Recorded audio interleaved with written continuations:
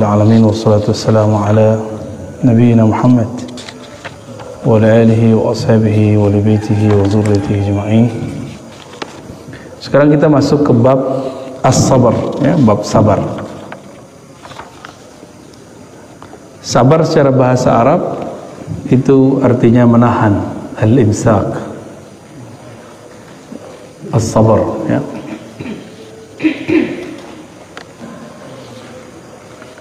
Sabar itu banyak macamnya, tidak hanya musibah, termasuk ngajar itu butuh kesabaran, ya. Ngurus masjid butuh kesabaran, ya. Ngurus RT butuh kesabaran, ya Pak RT, ya. Semuanya perlu kesabaran, ya.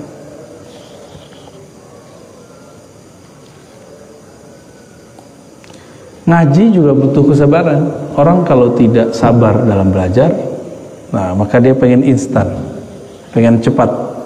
Salah satu ciri-ciri akhir zaman ini, orang tidak mau berguru, nggak mau datengin guru, maunya langsung. Jadi dulu Imam Syu'bah dan sebelumnya ada lagi Imam Sya'bi, Amir Sya'bi mengatakan dulu ilmu ini cuma di dada ulama. Ketika ditulis, maka orang yang bisa membaca ikut membaca apa yang dihafal oleh para ulama. Akhirnya orang yang bukan ulama berkomentar terhadap agama. Dan itu terjadi tambah parah karena dulu cuma ada di tulisan. Dulu warakat, sekarang sudah masuk ke Google, YouTube. Jadi orang-orang yang cuma nonton YouTube itu sudah berani komentar dalam agama hari ini. Orang-orang yang cuma baca di Google lembaran-lembaran maya itu sudah berani nyala-nyalain ustadz, ya, sudah berani kemudian mengatakan wah ustadz itu sesat, padahal dia tidak mengerti apa-apa, ya. Nah itu terjadi. Ini zamannya adalah puncaknya, puncak dari kekhawatiran Imam Asy-Sya'bi. Ini mau gimana lagi, ini sudah takdirnya kita. Orang-orang yang tidak sabar, dia belajarnya lewat Google, lewat YouTube, sosial media, kalau dulu lewat buku. Jadi dulu orang rajin baca buku aja tanpa guru itu tercela. Sekarang cuma pakai postingan-postingan dari Google. Tidak sedikit orang yang baru-baru hijrah, baru ngaji, terus ngata-katain saya cukup dengan link-link yang dia baca. Oh, kamu baca no link ini. Link itu menukil kitab. Lah kitabnya saya sudah baca semua. Ya kita senyum aja, kita nggak usah kemudian membalas, ya. Wa'arid anil jahilin. Allah mengatakan berpalinglah dari orang-orang yang jahil. Salah satu yang jahil seperti itu, nggak jahil adab, jahil sehingga tidak sabar, ya. Ciri-ciri orang yang tidak sabar itu gampang ingkar sebelum faham. Nah ini yang paling bahaya. Itulah ujian tertinggi Sayyidina Musa. Jadi Nabi Musa itu ketika dia diuji belajar dengan Nabiullah Khidir, ujian dia adalah ingkar. Jangan ingkar. Kata Nabi Khidir, kamu tidak akan sanggup. Kamu tidak akan sanggup untuk bersama aku, ya. Lantas ya, kamu tidak akan sanggup bersamaku. Itu ujian kesabaran. Nah, murid belajar sama guru, ketemu guru, polanya di luar yang diimajinasikan seorang murid. Bahwa murid membayangkan guru itu idealnya begini, begini. Nah, ini ujian kita nih. Kita kalau punya seorang guru, persepsi kita tentang guru, kiai, syekh, ustadz seperti ini. Ternyata nggak begitu. Kita masih berguru nggak sama dia? Kebanyakan orang nggak lolos. Ya, kita ini justru menganggap seorang guru itu seperti yang kita bayangkan. Jika berubah, kita nggak mau, dia bukan guru beneran nih. Nah, kalau begitu kita aja yang jadi guru, ya. Berarti kita maunya standar sendiri, kita aja punya guru. Kita yang jadi guru, mereka nggak usah, mereka jadi muridnya. Jadi ada orang-orang yang berguru sesuai nafsunya, persepsinya. Bukanlah berguru sesuai dengan Apa yang terjadi pada guru itu, apapun yang terjadi pada guru itu kita ridho. Nah, kalau itu terjadi, lolos latihan Nabi Khidir itu, ya. Nah, ada sabar juga, sabar dalam berumah tangga, karena di dalam Al-Quran itu dikatakan sesungguhnya surat Taghabun, pasanganmu, ya, pasangan itu baik suami ke istri, itu istri ke suami, sebagian dari pasangan dan anak-anakmu aduwwal lakum, dapat jadi musuh kamu. Bener ya? Makanya ada orang tengkar kan? Dulu nikahnya indah-indah, tapi kemudian tengkar. Ya itu dia. Karena kadang pasangan anak bisa jadi musuh. Ya. Kalau mampu sabar di situ, maka Allah mengatakan innallaha ma'as sabirin. Allah bersama orang yang sabar. Baik, di sini ada banyak ayat beliau sebutkan. Ada 1, 2, 3, 4, 5 ya, di bab ketiga. Lalu ada banyak hadis. Nah, kita ambil beberapa ayat. Allah berfirman, Bismillahirrahmanirrahim. Sebelumnya mari kita baca surah Al-Fatihah. Semoga Allah membuka pikiran kita semua, memberkahi pengarang kitab ini, dan menyampaikan salawat kita kepada baginda Rasul SAW. Al-Fatihah. Bismillahirrahmanirrahim. Ya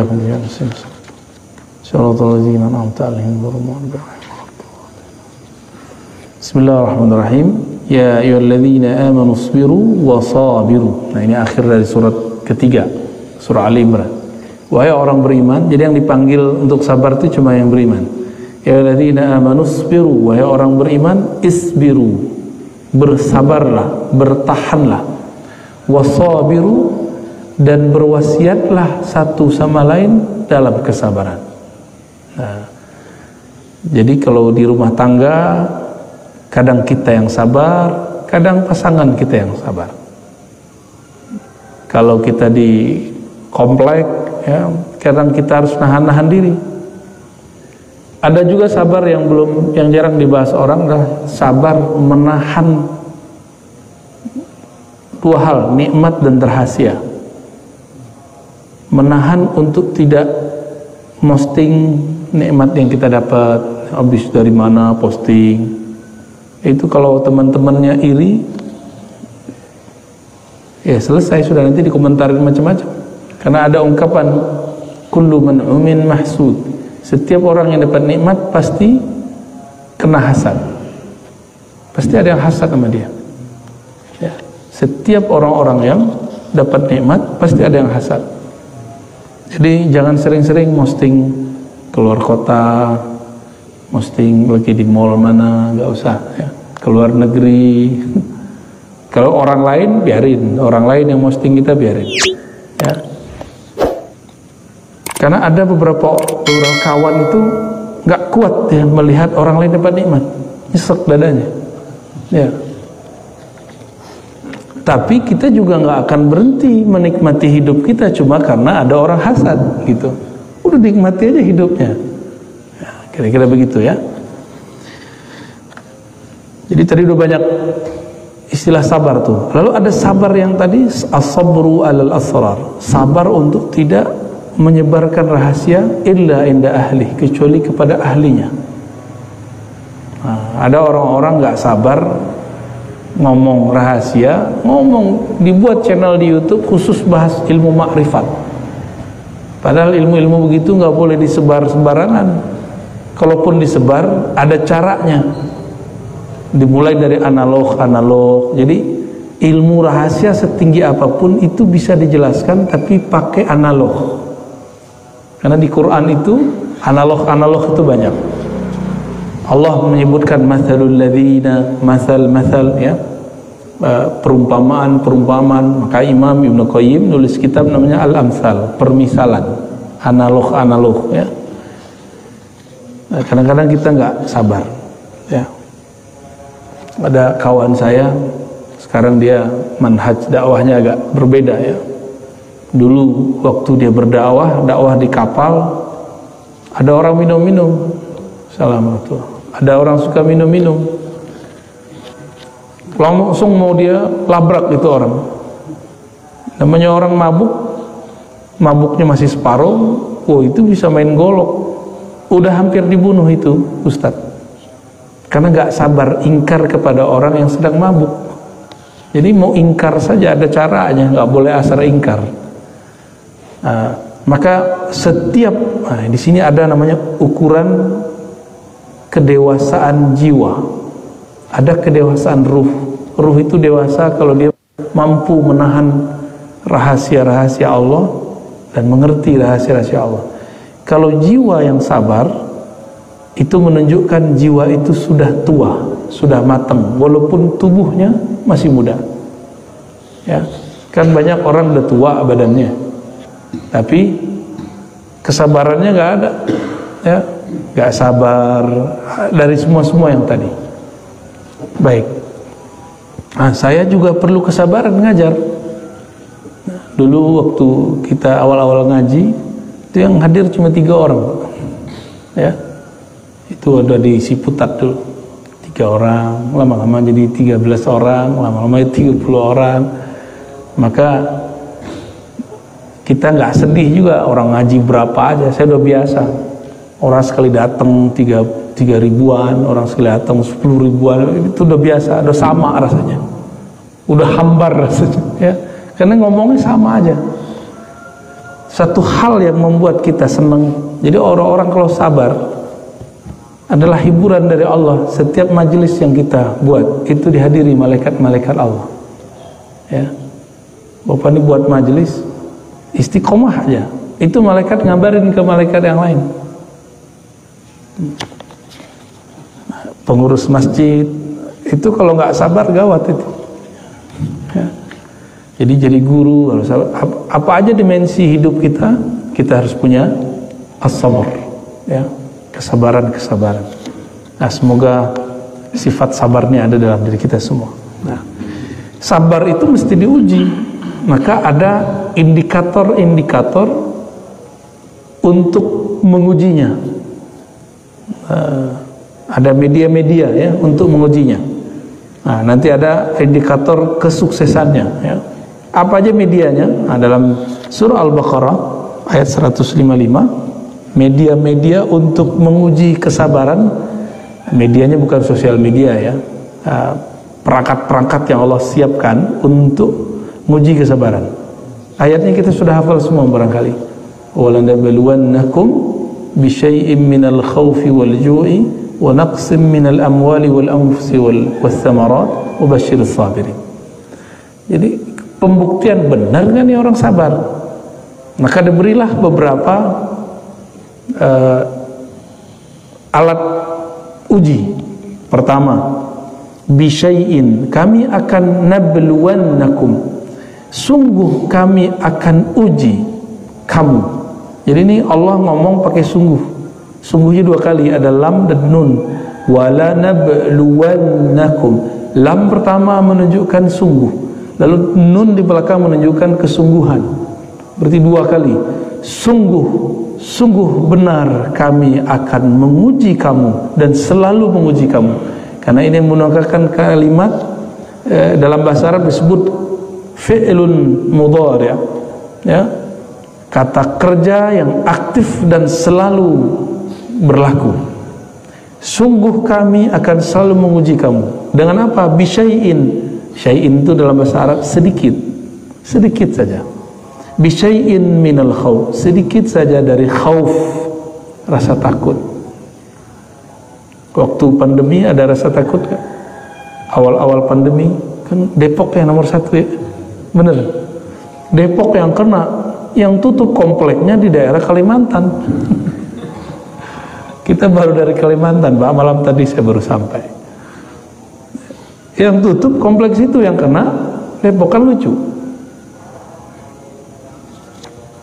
Ya itulah bisyai'in minal khauf. Nah, khauf ini disebarkan melalui berita-berita, kata-kata orang. Galak bener itu dulu, ya. Kita ikut jaga-jaga dulu, ya. Komplek kita paling ini, kalau komplek Pak RT Pengasinan aman nih Pak Fahmi, ya, santai-santai aja karena orangnya sudah dewasa, ya. Tapi kalau di sini kan kompleknya newbie Pak, ya. Komplek baru. Bisyai'in minal khauf. Nah ini pelajaran ke depan, kalau kita nggak usah terlalu over menanggapi kelas 1 yang menakutkan, ya. Bisa jadi ke depan virusnya bentuknya ada lagi. Dan saya udah berkali-kali mengatakan, ini WHO ngomong bahwa virus ini ada 6, padahal virusnya waktu itu baru 1. Loh, kok dia tahu? Berarti dia dan yang buat virus udah kontak-kontakan tuh ya. Lu punya virus berapa gitu. Ujung-ujungnya ya bisnis. Tapi nggak ada perasaan tuh orang, nggak ada sisi kemanusiaan itu. Dan ini yang disebut kerusakan jawra, zulma, kerusakan yang di muka bumi yang itu rata. Nggak ada satu negara kecuali kena. Nggak ada Pak negara yang aman. Semuanya kena, minimal kena beritanya. Wal ju', lapar. Nah ini berat ini, ya. Saya masih ingat waktu pandemi itu sudah memuncak. Puncaknya bukan di angka pandemi, tapi di dompet. Apa kata kawan saya? Biarlah kami berperang dengan perut daripada berperang dengan virus. Virus biarin. Tapi kalau mau perut kami nggak kuat. Akhirnya keluar dari itu, semua penjagaan menjadi ditabrak semua. Tapi kasihan ya, itu benar-benar menegangkan saat-saat itu. Kita takut ketemu orang. Masjid ini masih ingat kita buat majelis ya waktu itu ya, buat majelis tajwid. Saya sudah lama Pak nggak ngajar tajwid. Selama pandemi itu kita hidupkan masjid, waktu itu cuma berapa orang kita ngaji tajwid. Tapi belum beres saya udah kabur lagi. Maaf ya Pak ya. Nanti yang ngajar Ustadz Zain mana Ustadz Zain? Pulang kampung habis. Enggak, masih balik lagi. Alhamdulillah. Seharusnya beliau tuh yang ngajar tajwid. Masa kita semua yang ngajar? Udah hadis kita yang ngajar, Quran kita ngajar, tajwid yang ngajar. Tamak banget saya itu ya. Terpahala sama saya semua ntar. Wa naqsin minal amwal, ya. Dan kekurangan sedikit kok, naqsin min. Nah, ini menunjukkan sedikit kurang dari harta. Selama pandemi, masya Allah juga banyak orang yang tadinya gajinya wow ya, mobilnya wow, perumahannya wow, tapi semuanya kredit. Gaji hampir 100 juta, ada yang lebih. Pandemi tiba-tiba menjadi nganggur, jobless. Itu rumah belum selesai, rumahnya gede. Jadi nggak kayak rumah kita, Pak. Rumah kita kan kecil nih, sini standar lah ya. Mobilnya masya Allah. Itu dia bingung, ya. Banyak juga yang stres. Maka kemarin itu lebih banyak orang meninggal karena stres daripada virus. Ini hemat saya loh ya. Karena kita teman-teman saya yang meninggal sebelum kena virus ke apa, tapi kebanyakan dia stres duluan. Gimana nggak stres? Orang udah sakit, satu ruangan sendiri, stresnya tuh. Wah itu lebih dahsyat stresnya. Kalau dia nggak belajar ilmu mengenal Allah, maka dia nggak tahu cara memanfaatkan kesepian itu. Ya, kalau saya dulu emang seneng sepi-sepi Pak. Jadi saya dulu waktu kecil itu dilatih untuk zikir sendiri 40 hari 40 malam. Gak boleh ngomong kecuali sepentingnya. Kita cuma 3 tuh ya di surau itu. Saya di tengah, di sudut teman saya itu bertiga aja. Kita nggak ngomong-ngomong kecuali di waktu-waktu tertentu. Lampu yang dihidupkan cuma lampu kecil sekali, sehingga udah terbiasa sepi. Kayak saya bilang ke orang di rumah, kita cari rumah yang agak ke hutan-hutan yuk. Nggak mau deh. Sudah terbiasa sepi gitu, maunya di komplek. Kalau di komplek urusannya komplek Pak ya. Wal anfus ya, dan kekurangan jiwa, maksudnya mati. Nah, virus itu, inilah dalilnya. Kenapa mesti ada orang meninggal karena virus? Ini dalilnya.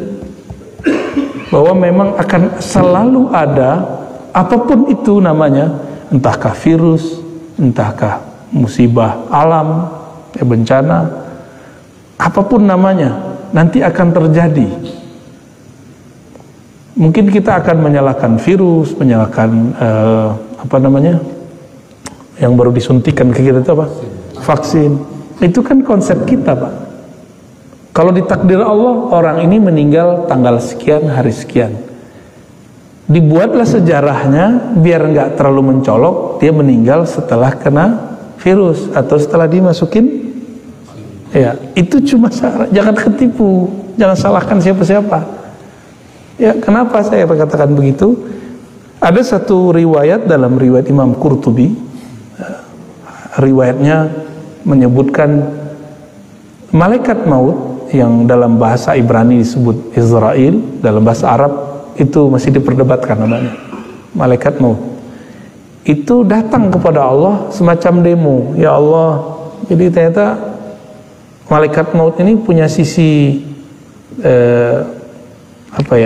yang lembut juga. Apa kata dia? Ya Allah, jika engkau membiarkanku mencabut nyawa makhlukmu, maka semua makhlukmu akan benci dan takut kepadaku.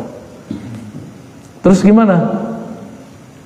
Tenang, malaikat maut, kata Allah, aku akan ciptakan asbab-asbab, sebab-sebab, kejadian-kejadian yang dengan kejadian itu orang terlihat dia meninggal setelah kejadian itu, padahal itu kerjaan kamu. Ini malaikat maut setiap hari mandang kita, Pak. Bapak dipandang semua setiap hari. Kalau dia berkedip, mati kita. Ini gampang sekali bagi malaikat maut untuk mematikan kita. Dia sudah punya tanggalnya semua, tanggalnya, detiknya. Ya, jadi kalau ada kawan kita meninggal karena virus, bukan karena virus itu yang membunuh dia. Banyak kok orang kena virus di luar sana, nggak mati-mati kok. Ya. Kawan kita tiap kali ada virus ini ada 3 ya, kena terus, Pak. Nggak mati-mati. Positif terus dia, nggak mati-mati. Karena emang takdir dia belum mati dengan virus itu. Mungkin dia mati nanti. Ini wanaksin minal amwal. Tapi orang kan nggak sabar. Orang kemudian menyalahkan ini, menyalahkan itu. Ya. Wathamarat. Nanti akan ada juga ujian paceklik. Kurangnya buah-buahan, kurangnya bahan makanan. Nanti orang nggak akan sabar. Ya. Berarti ada berapa perangkat-perangkat alat uji kesabaran. 1, khauf, berarti psikis. Ju', fisik, lapar. Harta berkurang, berarti fisik, materi. Al-anfus, juga fisik, manusia. Jadi ujian terberat itu justru psikologi. Ya, psikologi kita yang dihancurin. Maka dimulai dengan kata khauf, lapar nomor 2. Maka hati-hati konsumsi berita. Alhamdulillah saya sudah nggak nonton berita, Pak. Kalau orang ngasih tahu, kamu udah lihat belum berita ini, baru kita cari di YouTube. Jadi saya nonton berita itulah di YouTube. Jadi nggak mau membuat kita terpapar setiap hari dengerin berita. Itu kan konyol orang hidup hari ini. Ya, menurut saya itu kekonyolan. Untuk apa dia dengerin sesuatu yang nggak penting dia dengerin? Kan buang-buang memori. Ngapain nggak dengerin Quran aja, dengerin ngaji aja? Ya. Kan sama aja kan dapat berita. Ini berita dari Allah, ini berita dari makhluk. Pilih mana? Ya, alhamdulillah kayak dunia ini lebih nyaman. Jadi waktu pandemi lagi ramai, saya nggak mau dengerin. Makanya kita waktu itu udah hidupin masjid ya. Sama beliau nih kita hidupin masjid. Ya. Orang-orang bahlul sekomplek ini. Orang pada takut kita buat majelis di sini ya. Ada berapa orang itu, Pak? 5 orang. Ya? 5 orang ya. Ini beliau nih, Pak mantan RT kita. juga sama nih. Ya, ada satu lagi yang Pak Guru mana nih Pak Guru nih? Pak Rohman. Nah, itu dulu kita bareng-bareng tuh. Ya, ini akan terjadi terus. Jadi jangan dikira ini cuma terjadi di masa lalu. Besok terus, Pak. Jadi bukan karena WHO yang ngomong. Jadi saya tadi menggambarkan begitu, bukan berarti saya benci juga sama WHO, enggak. WHO itu dan teman-teman dia, teman-teman gelapnya dia itu, ya ini bagian dari realnya. Ini ayat tertulisnya, mereka itu ayat nyatanya. Nyatanya memang ada begitu. Ya. Dan syukurnya orang Indonesia ini kan makhluk paling santai sealam semesta, Pak. Bukan sedunia, sealam semesta. Langit aja tegang, Pak. Di sini santai aja. Paling santai, alhamdulillah. Jadi kita ini punya habit kesantaian yang di atas rata-rata. Kawan-kawan kita di Singapura aja itu mereka sangat disiplin. Disiplin itu bagus, tapi terlalu disiplin tegang juga ya. Kita ini ya jujur aja, kita kan nggak disiplin, benar nggak? Tapi kita hidup itu justru dari ketidakdisiplinan itu, Pak. Ya, maka mohon maaf, saya tidak suka membandingkan negara kita dengan negara jiran, dengan negara Amerika, Prancis, Jerman. Saya nggak suka. Kemajuan kita justru dalam kesantaian itu. Jadi jangan kemudian mengatakan, oh Indonesia ini begini ya. Ya, kamu nggak tahu, inilah power of Indonesia, Indonesian ya, Indonesian power lah ya, al-quwah al-Indonesia. Kekuatan orang Indonesia itu di santainya. Bapak coba lihat orang Indonesia jalan. Lihat orang jiran jalan, beda Pak kita jalannya. Benar nggak? Maka sekarang muncullah istilah kaum rebahan. Waduh, Masya Allah, itu kan bahasa lain dari kesantaian.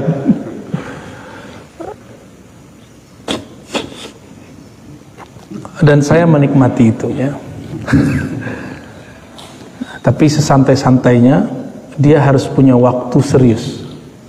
Nah, kita serius tuh nggak usah tunjukin amat ke orang ya. Saya masa-masa serius saya sudah lewat. Itu masa-masa kuliah. Kita kuliah, saya sangat serius. Saya kalau nggak perlu saya nggak temenan. Jadi saya temenan cuma sama orang-orang yang menurut saya perlu. Egois banget kan. Jadi kalau nggak penting udah saya pulang. Pulang dari dulu itu kita cuma baca. Kalau saya agak mumet saya nonton film kungfu. Nanti udah selesai masuk terus, begitulah terus. Jadi hidup itu kayaknya begitu aja. Cuma emang itu saya niatkan untuk masa depan. Jadi bagi saya, biarlah tidak kerja sambil kuliah. Saya sabar dulu duit sedikit.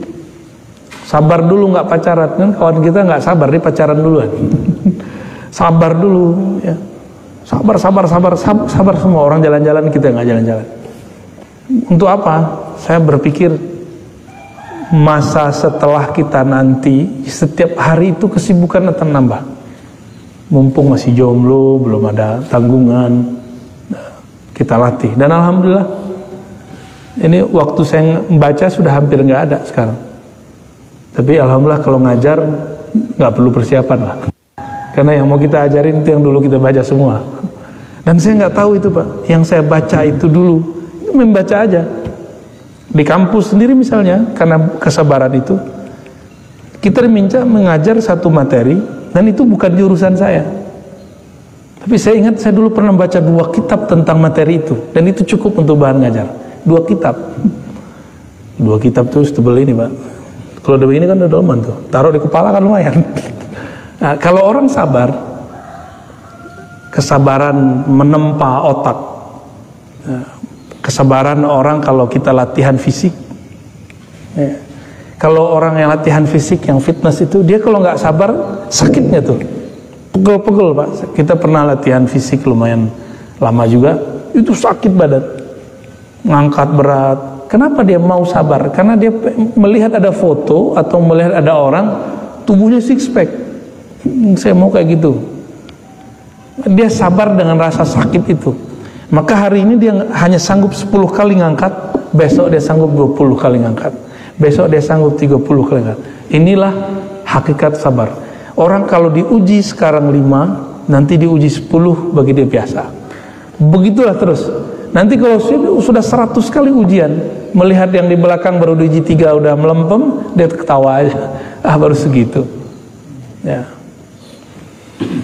Kalau sekarang ujian saya, ujian ngantuk, Pak. Ngantuknya nggak susah datang, bukan gampang ngantuk, susah tidur. Tapi alhamdulillah kalau udah capek-capek banget baru tidur. Malam ini termasuk plus tidurnya. Kita setiap minggu itu keluar. Saya paling-paling cuma dapat 1 jam, 2 jam. Mau tidurnya nggak bisa. Jadi ternyata orang tidur itu harus rileks. Nah, ketemu lo polanya. Oh, harus rileks. Dalam rileks itu kita bisa tidur walaupun cuma beberapa saat. Rileks itu kalau bagi psikolog mungkin dengan cara conditioning. Tapi kita kan belajar zikir. Ternyata dengan zikir itu lebih dahsyat. Gitu. Maka orang yang tidurnya 1 jam, tapi dalam zikrullah itu sama seperti orang yang tidur 8 jam.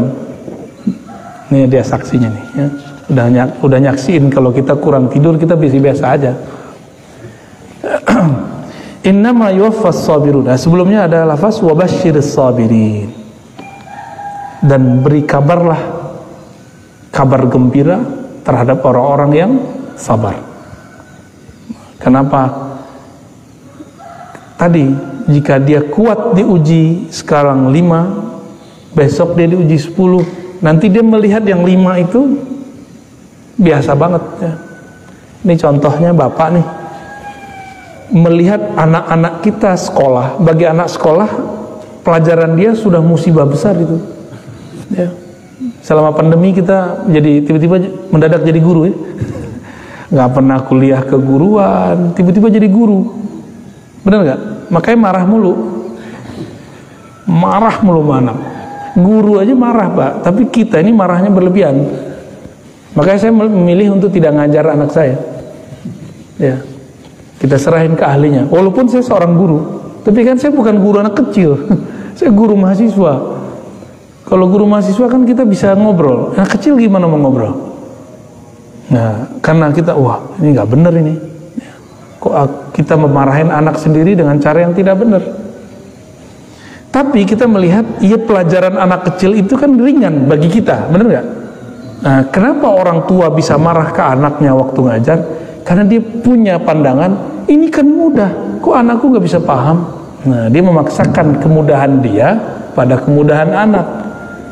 Berarti dia nggak menerima realita. Kalau anaknya masih anak-anak, jangan hukumi anak itu dengan hukum anak remaja atau dewasa. Jadi kalau nggak sanggup ngajar anak, serahin ke orang, ya, serahin ke guru. Wabasyiris sabirin, beri kabar gembira lah orang-orang yang sabar. Orang sabar ini pasti dapat farhan nanti, kebahagiaan. Innama yuwaffas sabiruna ajrahum bighairi hisab. Surat Az-Zumar ayat 10. Orang-orang yang sabar itu akan disempurnakan ajrahum, balasan mereka, reward bagi mereka, bighairi hisab, unlimited, tanpa ada lagi hitungannya. Jadi kalau orang sedekah ngasih 1 dapat 10, ikhlas sedikit 700, ikhlas bener, nah itu ikhlas, terlalu ikhlas, puncak ikhlas itu sama dengan sabar, itu unlimited. Jadi kenapa ada orang-orang kafir non muslim dia dapat keberkahan dari usahanya? Karena dia mau memberikan promo itu kan bagian dari memberi. 1 dia memberi, dia dapat 10.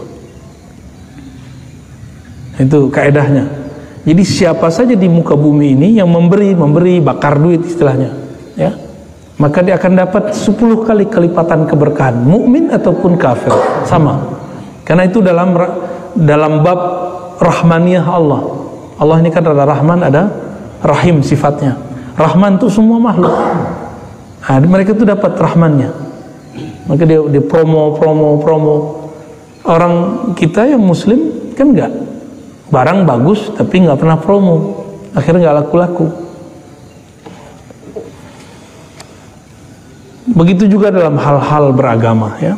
Innama yuwaffas sabiruna ajrahum bighairi hisab. Dulu saya dilatih oleh guru saya untuk zikir awalnya 1.000. Terus beliau perintahkan 5.000. Terus perintahin 11.000. Terakhir suruh 70.000. Habis itu beliau bilang, udah sekarang mau bebas, mau zikir berapa aja boleh.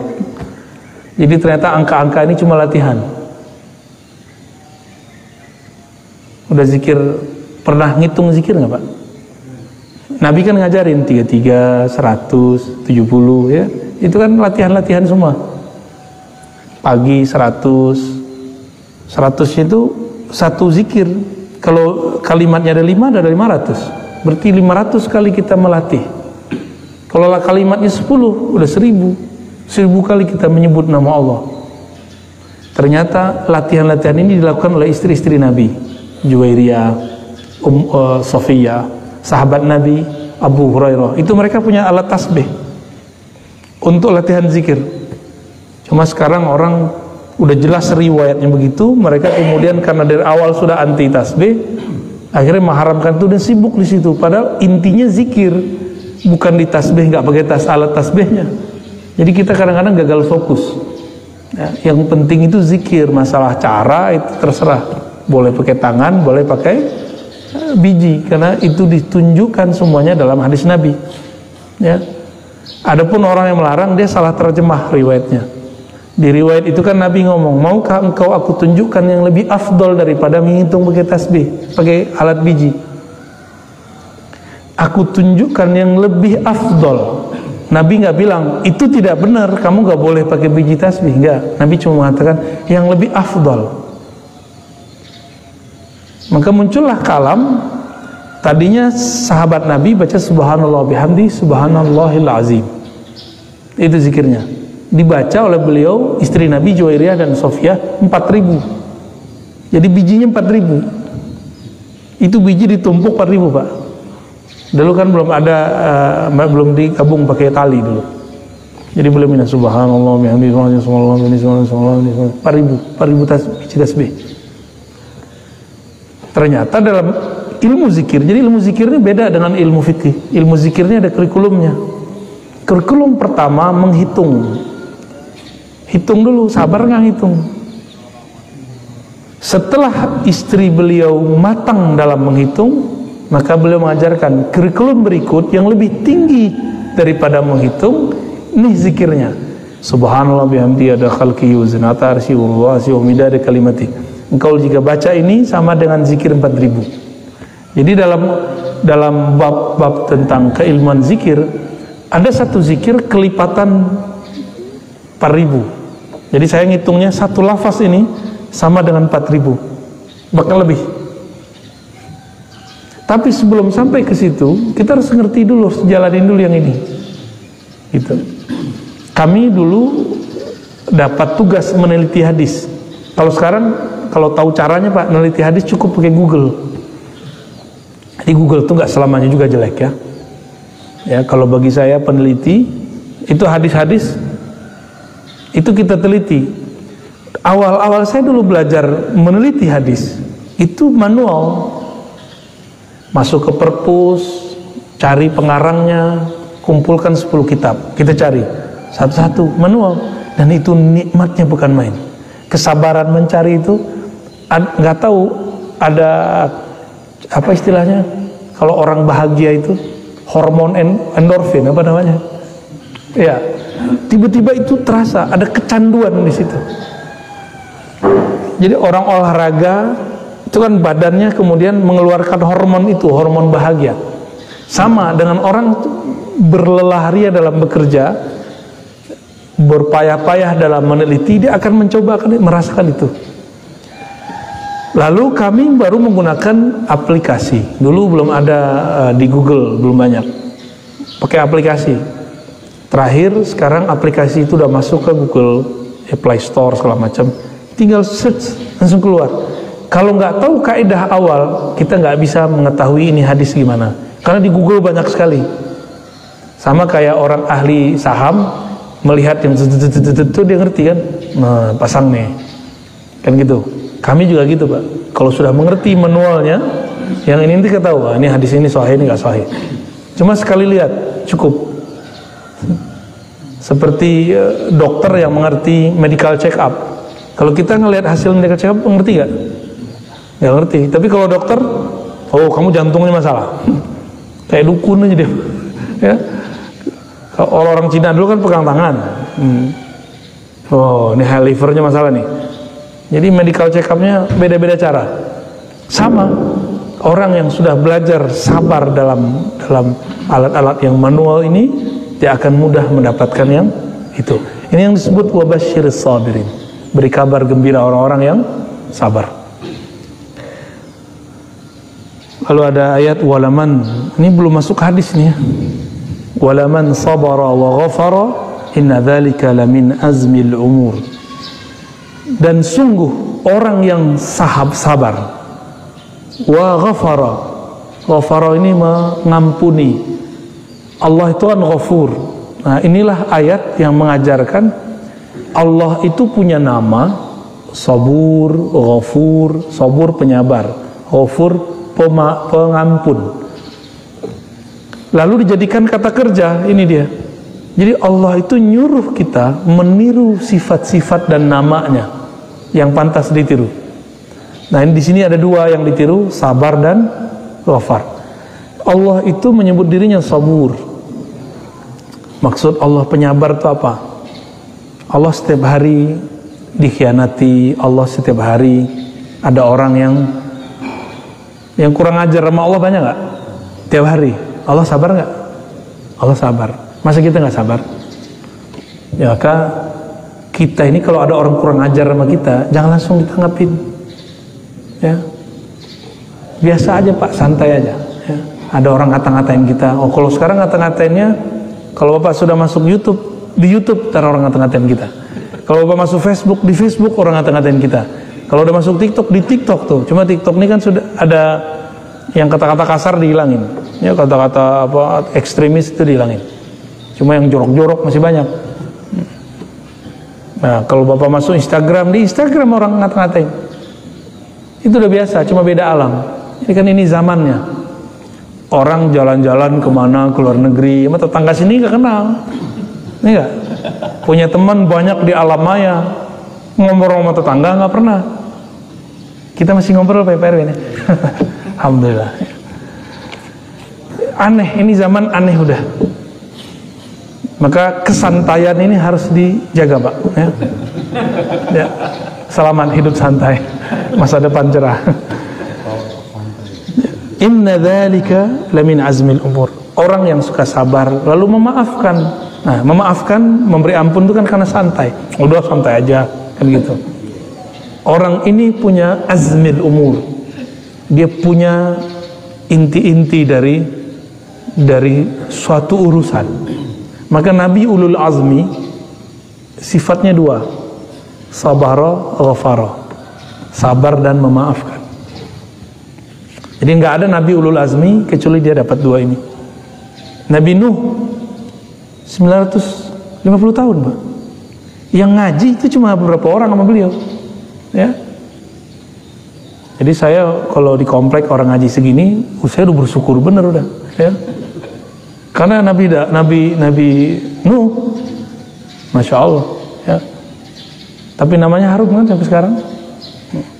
Kalau ujian ustadz itu Pak, di luar rame, di sini enggak, makan hati.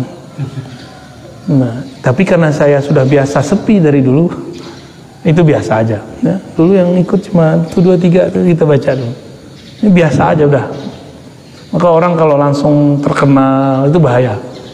Kan sekarang banyak orang yang nggak sabar untuk syuhrah. Nah, ini kalau terjadi, maka adalah ustadz stres. Pernah udah ngeliat ustadz stres belum? Saya udah ketemu ada ustadz stres, gila udah miring. Ngomong-ngomong sendiri, kayak ceramah sendiri. Pengen terkenal, posting sendiri. Ya, nge-like sendiri. Lah nggak ada yang nge-like.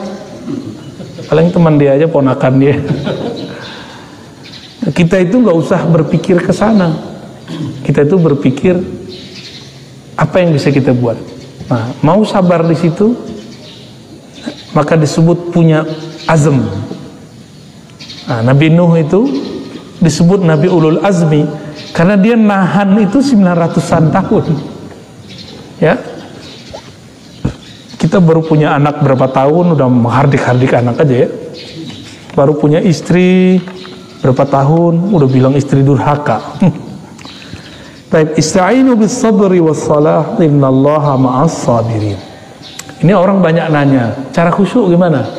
Nah, coba lihat ayatnya. Ista'inu, minta tolonglah kepada Allah dengan sabar dan sholat. Bukan sholat dulu, sabar dulu. Sabar dan sholat. Sabar berilmu, sabar ngaji. Ini banyak sekali yang minta talqin zikir sama saya. Kita bilang, metode saya ngajar bukan langsung talqin. Talqin zikir itu membimbing orang membaca nama Allah. Enggak, yang pertama itu ngaji dulu. Sabar dulu ngaji. Karena orang yang sabar bersama Allah, kalau sudah bersama Allah, sholat khusyuk enggak? Jadi cara khusyuk bukan dengan cara aneh-aneh. Sabar aja. Sabar ngaji, sabar zikir, sabar ngaji, sabar mujahadah, sabar khidmah. Kalau sudah sabar semua, takbir langsung bersama Allah. Karena orang sabar itu selalu bersama Allah. Innallaha ma'as sabirin. Surah Al-Baqarah 193. Jadi metode khusyuk paling cepat sabar. Gak perlu belajar thariqat aneh-aneh, gak perlu belajar pelatihan ini, pelatihan itu. Sabar aja. Tapi sabar versi Allah, bukan sabar versi kita. Kita kan sering ngomong, aku udah sabar tapi kok enggak, berarti belum sabar. Ya, orang sabar nggak ada ngomong begitu. Terakhir, berarti kita baru nyampe di ayatnya, tapi ini ayatnya sudah dahsyat ya. Walanabluwannakum, sungguh benar-benar kami akan selalu menguji kamu, hatta na'lamal mujahidina minkum wassabirin, sehingga kami mengetahui. Na'lam, kalimatnya pakai na, kami di situ sebenarnya bukanlah Allah semata, tapi malaikat, wali-wali Allah, nabi-nabi Allah tahu kalau kamu ini pejuang atau orang-orang yang sabar. Ya, mumpung belum perang, ini kan belum perang Pak.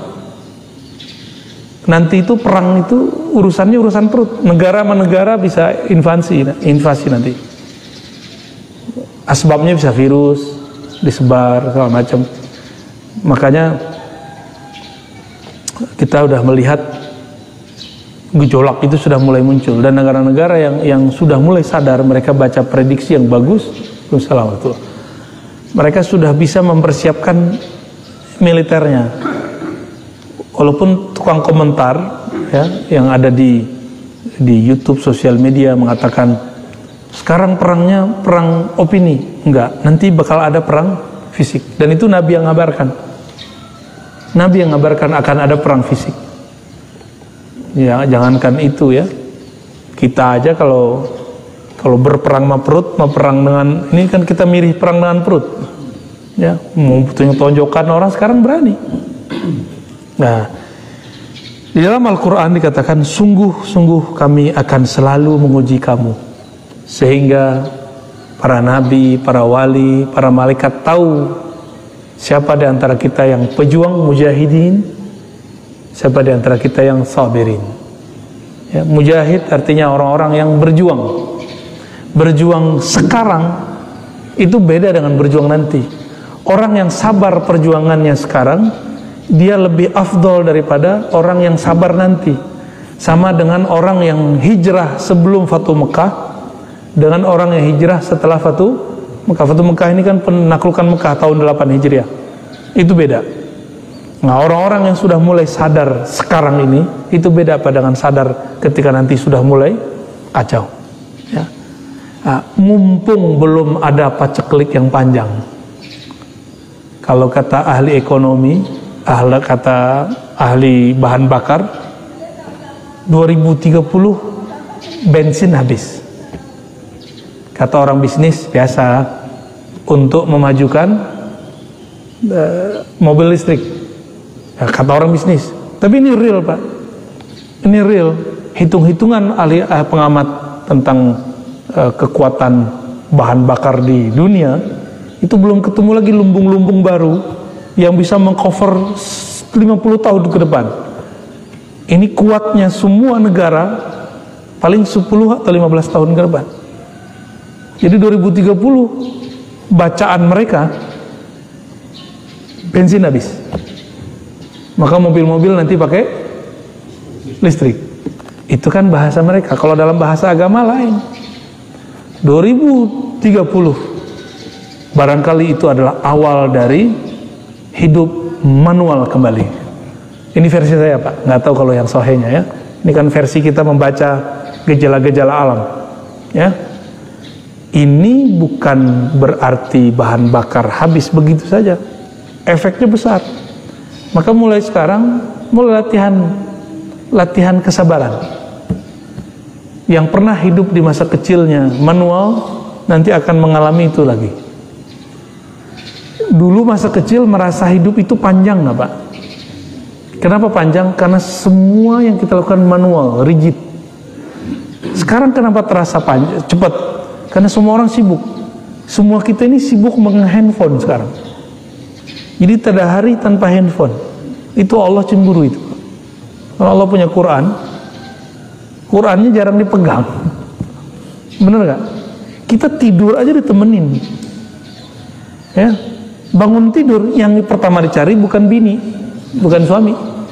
Ya, yang pertama dicari HP. Cemburu nggak, Mas? Ya, Pak, istri kita bangun yang dicari handphone, nggak cemburu ya? Oh, kalau saya cemburu. Tapi mau gimana lagi ya? Kita ini cuma ke Indomaret di depan naik motor, benar nggak? Gimana kamu sehat? Ya, wajar. Kemudian asam urat, ya. Betul-betul aneh Pak hari ini, bener-bener aneh. Ini kan lagi naik nih, zaman-zaman rebahan nih lagi naik. Nanti ada muncul turun. Dan 2030 itu kalau prediksi pakar-pakar itu, kalau versi saya adalah awal dari manual, kalau versi mereka kehabisan bahan bakar. Wallahu a'lam bis-shawab. Semoga kita diberikan kesabaran oleh Allah Subhanahu wa taala, ya. Dan di hadis dikatakan as-sabru dia, sabar itu pelita. Maksudnya di saat orang semua panik, orang sabar dia otaknya masih terang. Kalau kita lampu padam gimana? Panik. Orang sabar lampu dunia padam, dia masih tetap sabar. Ya. Kira-kira demikian kajian kita pagi ini. Semoga Allah berkahi, semoga Allah istiqomahkan ya. Semoga bulan depan masih bisa istiqomah. Amin ya rabbal alamin. Ya, wa sallallahu ala sayyidina Muhammad. Subhanakallahumma wa bihamdika asyhadu an la ilaha illa anta astaghfiruka wa atubu ilaik. Allahumma bika asbahna, bika amsayna, bika nahya, bika namut, wa ilaika nusyur. Walhamdulillahi rabbil alamin. Assalamualaikum warahmatullahi wabarakatuh.